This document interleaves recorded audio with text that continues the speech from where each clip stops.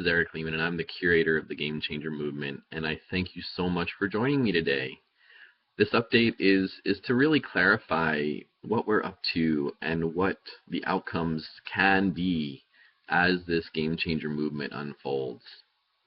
So in the outside world, what we really want to do is we want to inspire 1 million youth to trade in at least one violent video game, and we want to create art out of that violence and transform those materials into something beautiful. On the inside, the outcome that I really want to see happen is I want you to have the opportunity to get your kids back, and I want your kids to have the opportunity to get you back, and I want to engage in that process with you. I'm learning, I studied human development family studies, so as I feel like uniquely qualified to be in this process with you.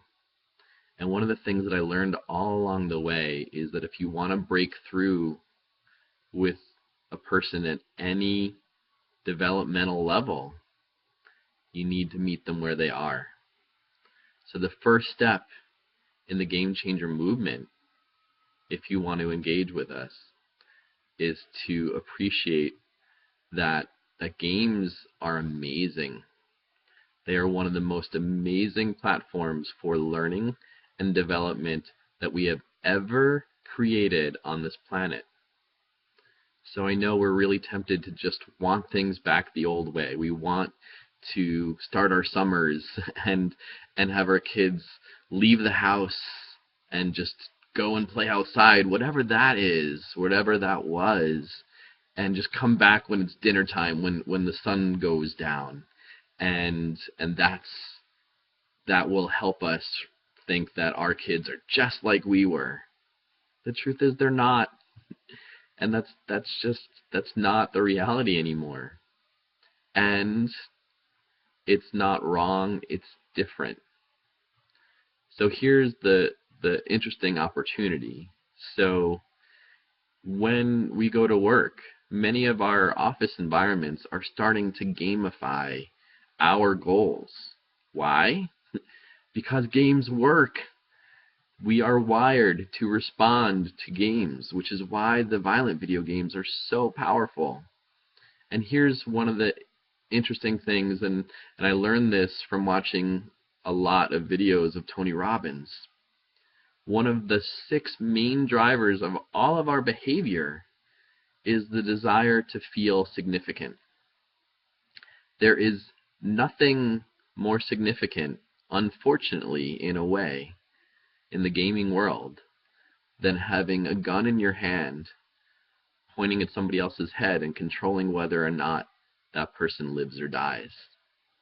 And when we experience that in the gaming world, because the graphics are so real, our mirror neurons that just incorporate all that we experience into our person, they have no choice but to say, wow, that's just the way things really are.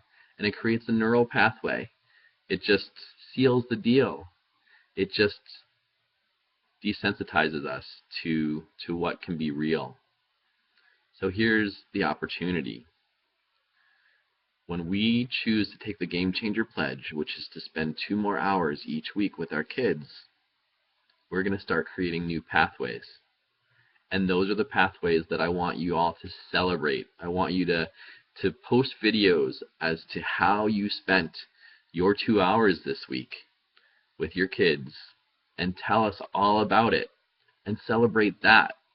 Because collectively we're going to change our game, and we're going to create new pathways, and we are going to get underneath the energy, and we're going to recreate significance. That's what this is all about. Kids are significant in so many amazing ways. But look at how we look at our kids.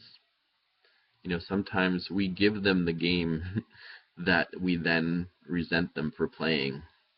What do we do with that energy? Holy cow.